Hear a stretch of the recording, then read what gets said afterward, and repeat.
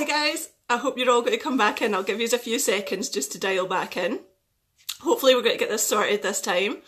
Guys, just say hi as you come on so I know you're there. Hopefully you're all going to start reappearing. And technology is an absolute nightmare. And Dom's Wi-Fi is terrible. So we're just going to try, Dom, I'm back on. I don't know if Dom's just sent me a message, so I'm going to try again. So let's have a look. Guys, it won't be long, so we're just going to say hi if you're there, and you're back on. I know Karen, technology hates me, guys. You have absolutely no idea how much bad luck I have with technology. It literally like runs away screaming from me. It's hilarious. So I'm just going to see if Dom's back here yet. No. Emma Hazel. Guys, just bear with me. Round two.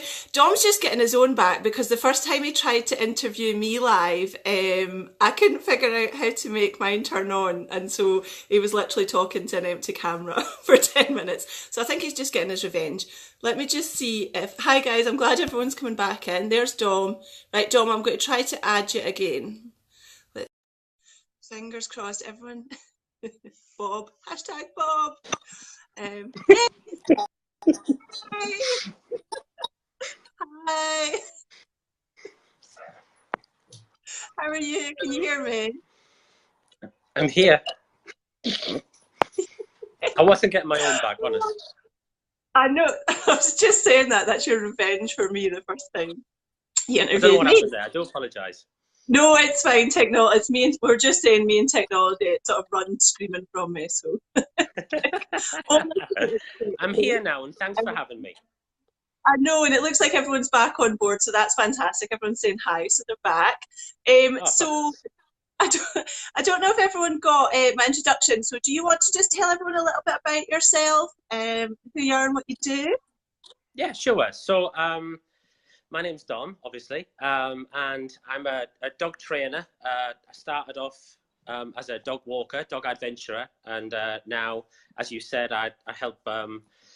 I do all those things still, and I also help other pet businesses as well to teach them about marketing and stuff. So yeah, we do lots of different things here. Yes, but we started off. It all started with the dog adventures back in 2011. And so, how did you sort of like get into the dog world and sort of learn a little bit about training? Like, what made you sort of want to do that? And I used to work for Imperial Tobacco as a sales rep, and I left that job and didn't really want to do another sales rep job. I wanted to work outdoors, and I had my only other sort of hobby at the time, my passion was learning about dogs. We'd recently adopted a dog to Bordeaux called Barry, who sadly passed away just a couple of years ago. And yeah, so it was like, right, I'm at this little crossroads in my life. I want to do something different. I want to be outdoors and I want to work with dogs. So why don't we set up a dog adventure business? Fabulous. So that's what I did. And how did you get into the train? Like, how did the sort of training side come from that then?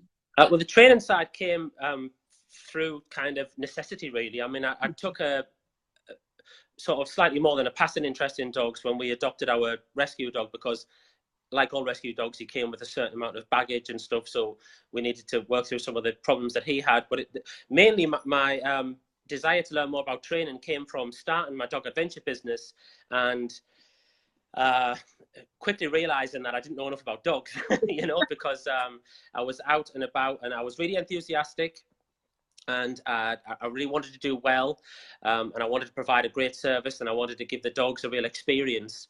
But there was gaps in my dog training knowledge, huge gaps. And I was kind of, I mean, a lot of dog owners will be able to relate to this as well.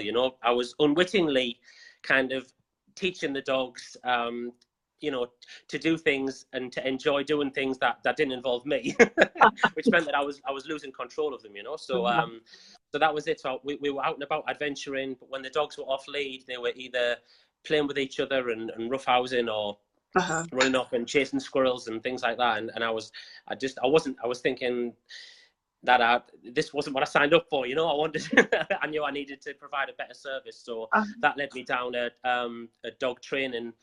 I contacted a friend of mine called Linda Ward, who recommended John Rogerson, who was as it happened, coming to the Darlington Dogs Trust to do a 7-day dog behaviour course later on that year. So I immediately booked up on that, and the course it changed my life really. I learned how to have a proper relationship with the dog, how to play with him, how to interact with him. I learned that I could be the most important and interesting thing to my dog. And this is my own dogs too, not just my clients' dogs. Yeah. I had 2 dogs who I love dearly, but I'm sorry to say I didn't really have a very good relationship with them, just because I didn't know. So that kind of changed everything for me. I met David Davies on that course as well, who became kind of my mentor and still is a very good friend and mentor. We've done lots of things together since then. And so then I just sort of spent the next 2 years, started the very next week just going out with a backpack of toys and started to play with the dogs, and never looked back really. It just completely changed everything. And the business just went from strength to strength from there.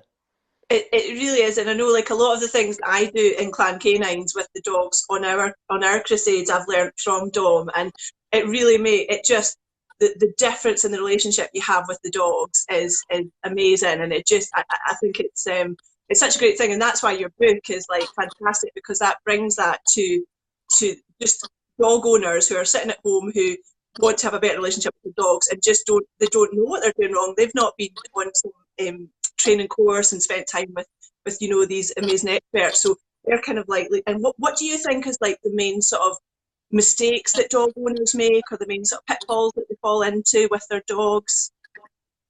I think it's the same. It's what most dog owners do.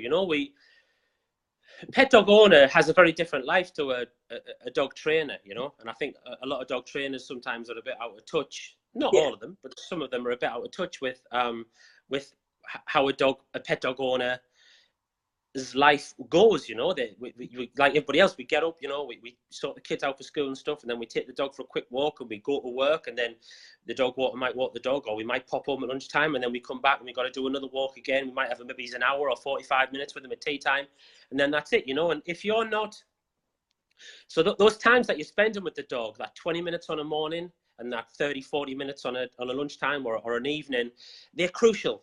And if you don't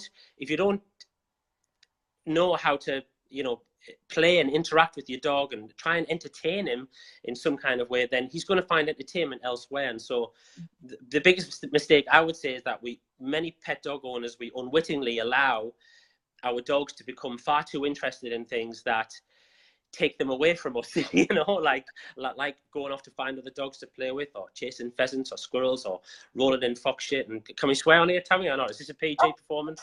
You've done it now, so it's fine. I'll be a good boy, I promise. I'll be a good boy. Behave. So that's it really, but it's not because they want to do it, it's just because dogs learn so fast, see. So I mean, but anybody who's took a dog to a training class knows that, you can take a dog on a morning, you could start teaching him like a sit or a spin or something, and by tea time he'll have it, or sometimes after 20 minutes, half an hour, he'll have it. And that applies to any kind of trick, so dogs learn really fast. And if a dog doesn't need to go to the park very many times and spend time chasing birds and doing all these other things to learn that, like, oh right, this is what I do at the park, this is what I'm supposed to do at the park. And then by then you've got recall problems, and you get reactivity problems and all this kind of thing.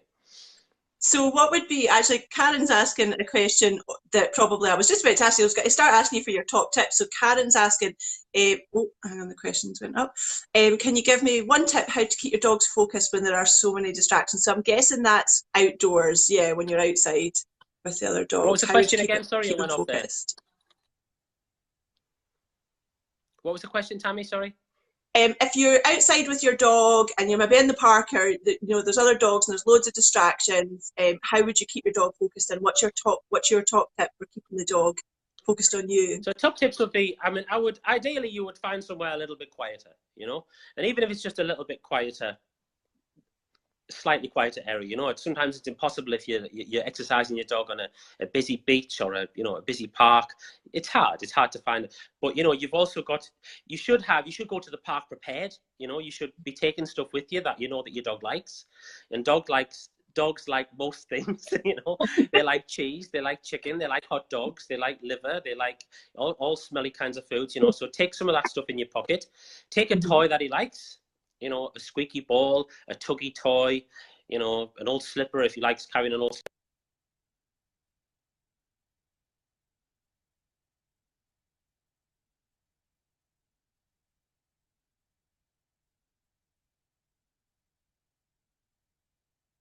Mhm.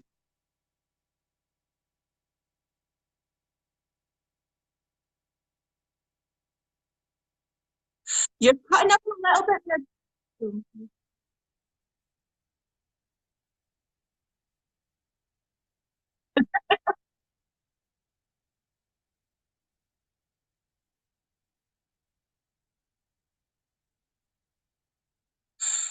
Guys, I think some people have lost the sound. Hang on a second. Can people hear? Can you hear Dom now? Yeah, I think we can. I can hear you. Yeah, I'm just checking. Yeah, I think it went a little bit funny there, but I think we can hear you now. Oh, can't hear, guys. Yeah, guys, if you can hear what Dom's saying, hit the loves. No, hmm, no, people can't hear you. I can. Oh, right. I think you're back now. No. Oh no. I can totally hear you fine. Yes, no. It's Half the kind crowd of can hear me. sounding like, Hang on, we're five yeah, it's seconds not in now. looking good. Hang I on. don't know. Hang on. Bear, We'll go bear old with school. us. What about now? Can you hear me now, Tammie? I can still hear you. Um, Come on, it's boys and girls. mm, oh, Karen can hear you. Woo. Yeah, I think it's me and technology. Honestly, right? It looks like we're back. We're back. So don't move a muscle. Very still.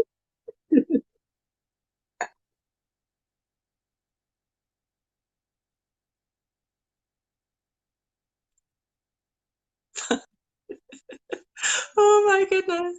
Cool. I think we've got you back.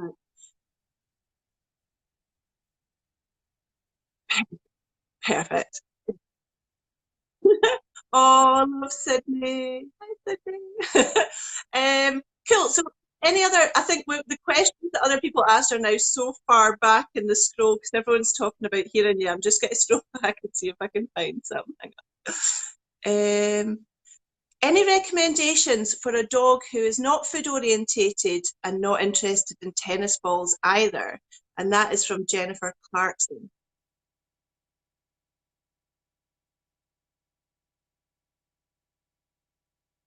Can you hear me, Dawn?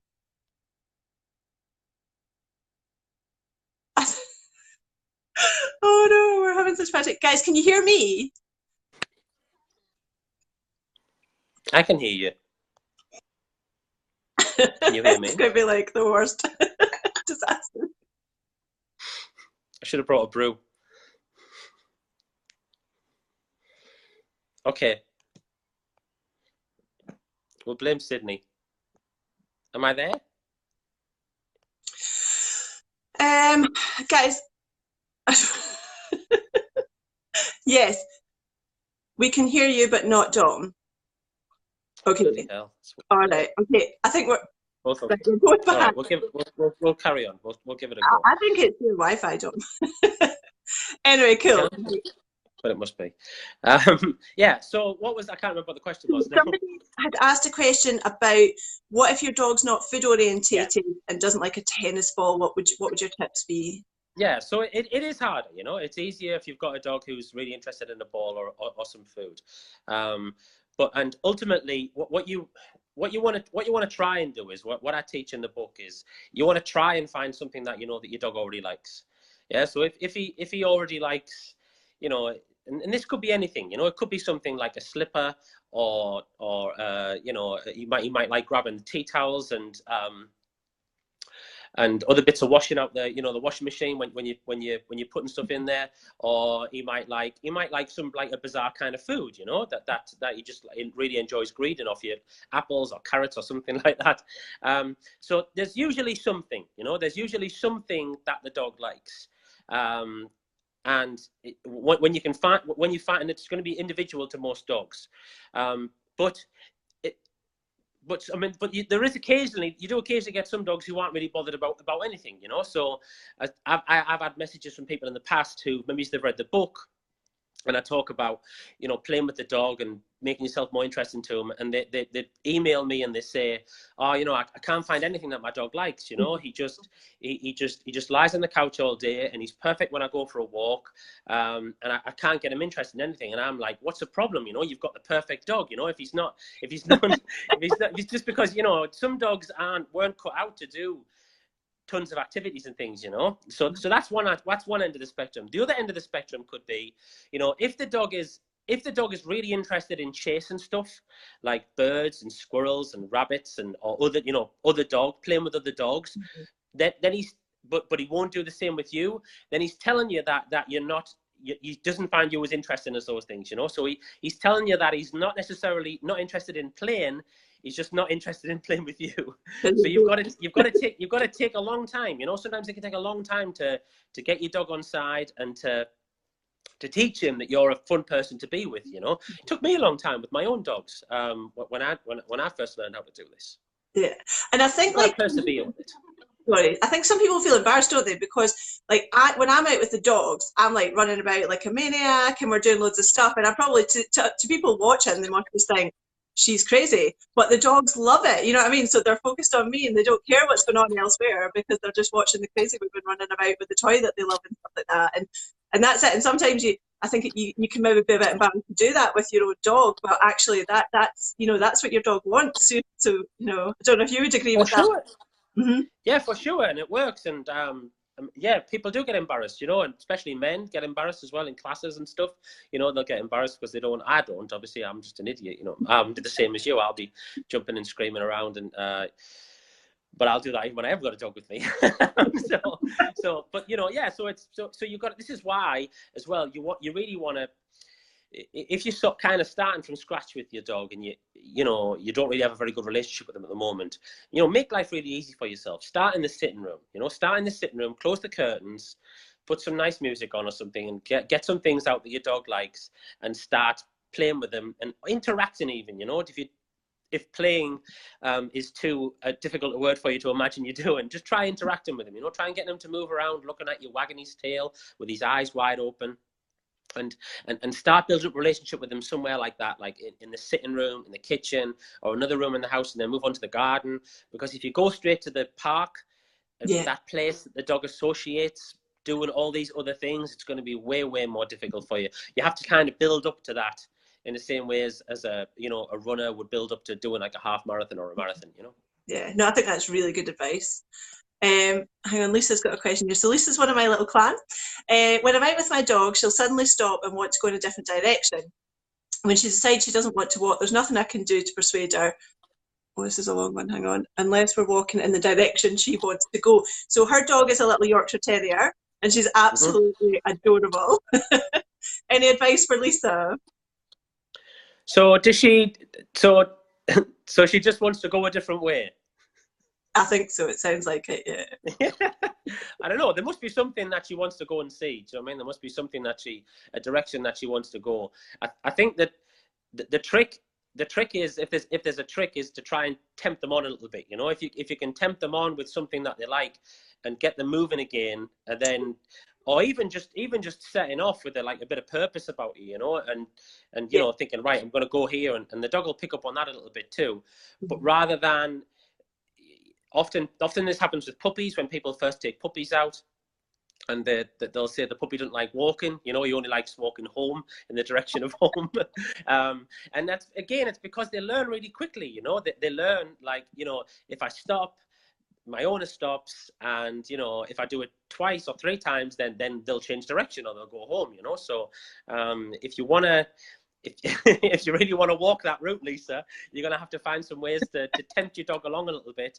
And another thing to do as well is when you get to a certain part of place on your route, like make an effort to stop and play with your dog. Then stop and play some games, or do a couple of tricks, make her do some sits or some downs or something, and then they'll associate that with, okay, so if I keep walking in this place, we normally play some games, and then at this place in the park, we normally play some stuff, and eventually what'll happen is you'll get to a point where your dog will get to that place in the park and they'll look at you, to say, right, like let's play that game that we like to play, it's magic. No, I think that's really good advice. Really good advice.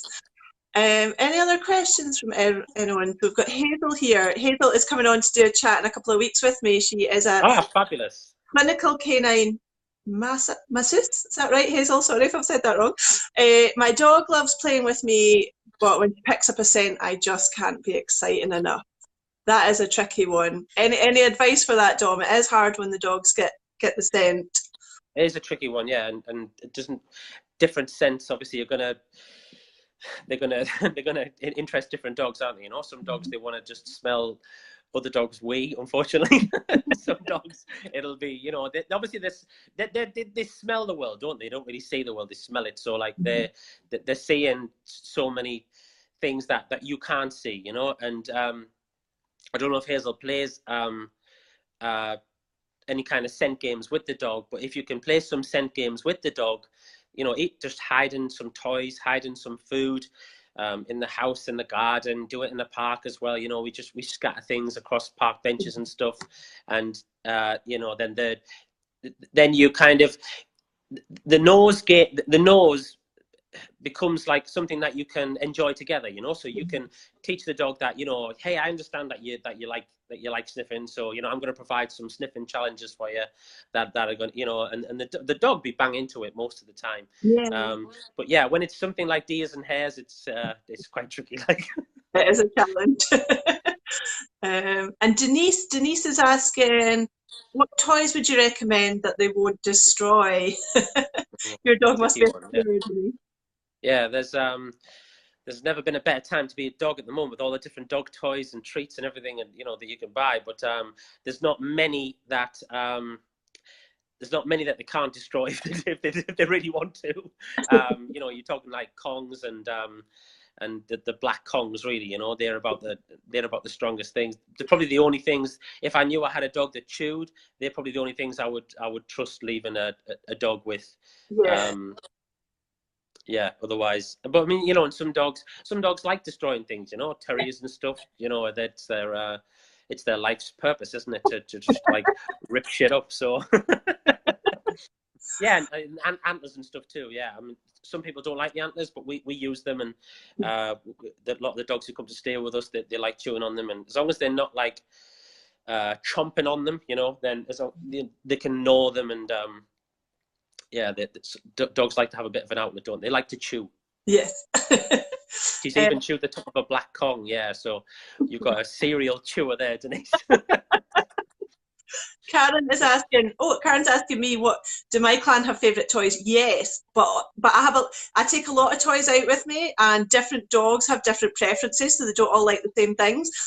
When I was out with the Doodles today on the Curly Crusade, they were loving the flirt pole. They were all about the flirt pole, and really, really liked that. The Labs tend to love like a really old-fashioned tennis ball, and I've got this toy that I got recently at Pets at Home that Coco, my Labrador, one of my Labradors, absolutely adores, and it's like a sort of frisbee, but there's like a tennis ball in the middle of it, and it's really hard to get the tennis ball out. I don't know if anyone's seen this, but Coco is like, she loves it, and she runs about with like, she's holding the ball and she's got this like frisbee around her face, she's running about like a mad thing. So yeah, I've got different toys, and different dogs like different ones, which is why I take a lot out with me. And I kind of know what dog likes what, so if I need to get their attention and get their focus, I know which toy I'm going for, basically.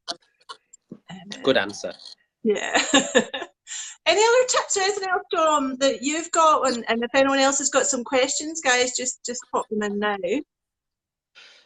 Just to pick up, just to sort of recap some couple of things that were said, really, because I know the sound was a little bit dodgy, which I apologise for if it was my fault. But you know, everybody, if you want to do a couple of things, like one thing for your dog, you know, make like 10 minutes. 5 minutes on a morning, 5 minutes on a night, or it's a 10-minute spell. Try and make 10 minutes just to play with your dog somehow, you know. Play with him, just a simple like retrieve game or a tuggy game or a find it game, you know, just something like that. Just 10 minutes a day will absolutely transform like the relationship that you have with your dog, you know. And you'll go from being like the provider of just the food to being like the provider of the fun, you know, and your dog really will start to look at you differently, and he'll be more responsive to you, you know. And this is like and this will help with everything, you know.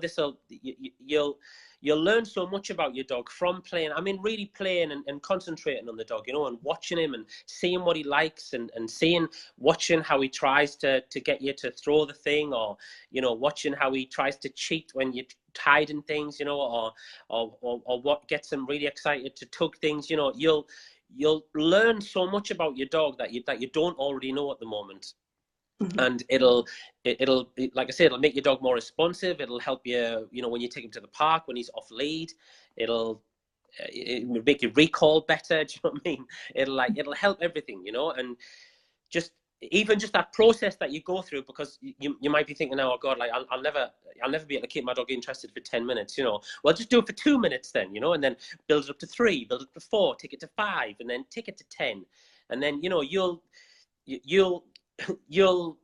become a better owner, you know. You really will, you know. You'll become a better owner, and your dog will look at you differently, and you'll go through that process that I went through, which was like, Jesus Christ, you know, I didn't know that I didn't know I had these powers. Do you know what I mean? I didn't know it was possible that my dog would think of me as interesting as all these other things. But yeah, this is just start like that. Just spend 10 minutes a day doing that, and you'll completely transform your relationship with your dog.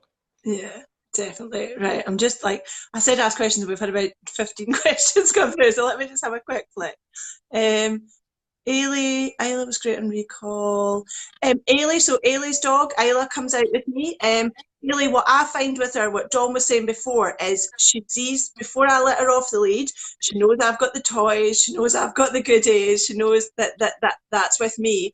I've never had a problem with a recall. So maybe just like Dawn was saying, like if you do take a toy or something with you, something that Isla likes, make sure she knows you've got it before you let her off. And I think that would make a big difference, probably with that. I agree. So John Rogerson used to say, you know, control the toy, control the game, control the dog, you know. And so if you, again, just like what you said, you've got to make sure the dog knows that you've got it. Yeah. And then you might have to do a little bit of work to sort of whip the dog up, to, you know, get him interested, to get him looking at you, you know, get him focused on you. If he's looking at you, then he's listening to you. What small breeds are easier to train, do you think, Tom? We've had quite a few small breeds. Obviously, it depends how small. We've had Jackawawas and Pugs and Boston Terriers and stuff, and they've all been. We've been able to train them something. You know, we've always been able to train them something. And I think the key thing is we've always been able to find something that they like, that we can use to train them. You know, I mean, obviously, likes of working breeds like cockers and pointers, this kind of thing, labs that you mentioned, any kind of working dog, they're usually going to be slightly easy to train because it's in them to do more, so they're more driven, you know, to work for you. But yeah, we've had miniature schnauzers and all kinds of dogs that we've looked after, and yeah, we've all taught them all some basic tricks and stuff. Yeah, I think if you go to the training classes and you put a lot of work in, I think any dog is definitely trainable. Becky is asking, what's the best way, Dom, to calm the dogs down once they've had all this fun playtime?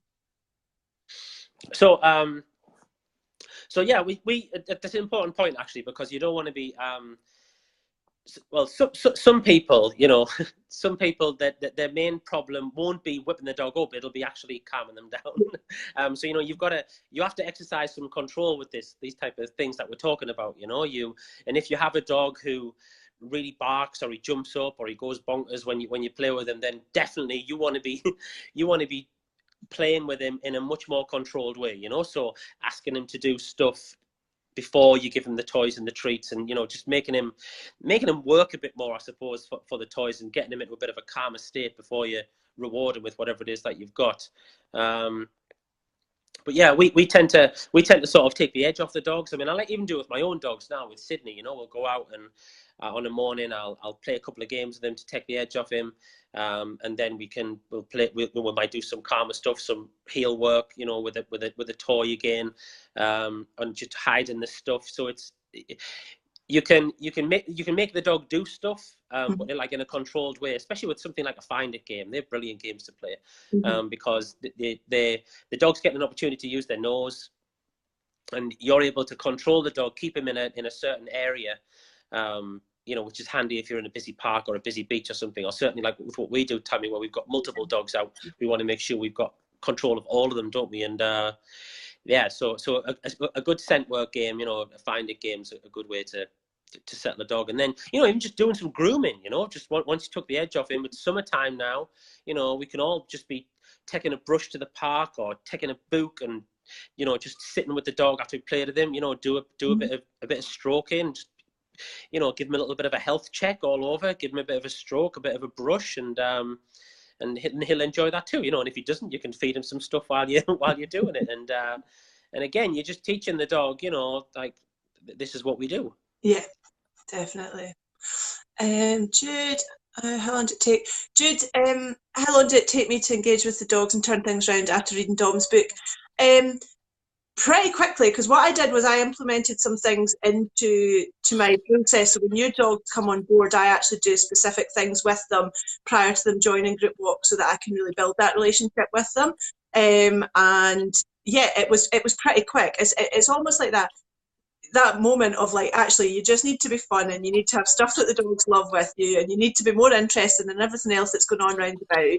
And as soon as you can do that, I saw a change in the dogs very quickly, to be fair. And then it's been a gradual, you know, like, it's got better and better and better over time, but it did have quite a quick impact, definitely.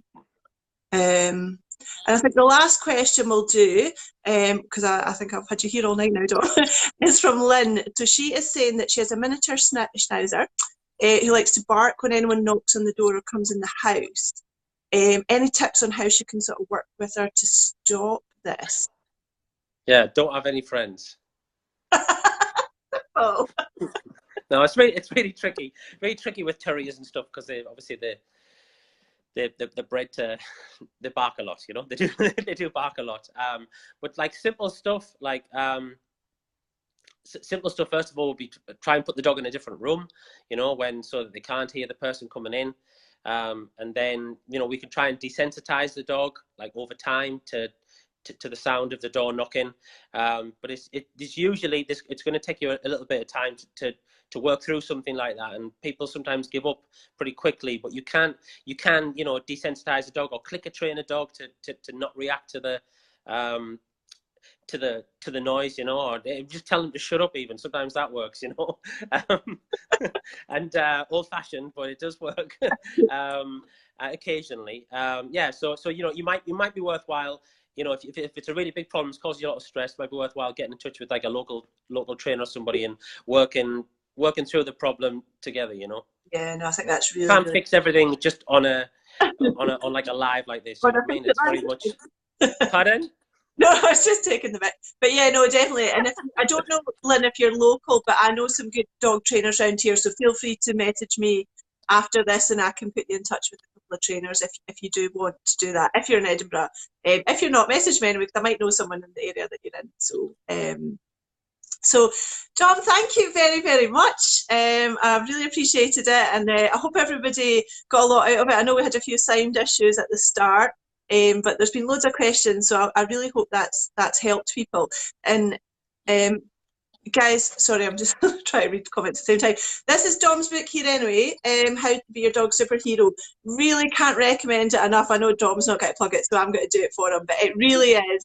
It's written in a really simple to read and understand and implement way, because I find that you read some training books and it's written, I feel like, more for dog trainers than for Joe Blogs on the street. this is like it's a really easy to read book, and it's really to implement, so easy to implement. So I would definitely recommend it.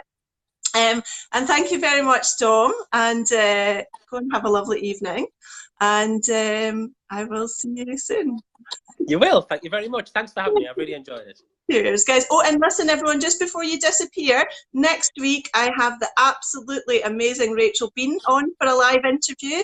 And she's going to be talking about a little bit about canine first aid and some tips for you. And this lady is absolutely, and Dom will agree with me, Rachel is an absolute superstar. What she doesn't know, I think, isn't worth knowing. So do tune in for that as well next Monday. And yeah, she's fab. Rachel's really fab. You really want to watch that, yeah. Really good. So thank you very much, Tom, and thanks You're everyone for welcome. listening, and we'll see you next time. Bye. Good night.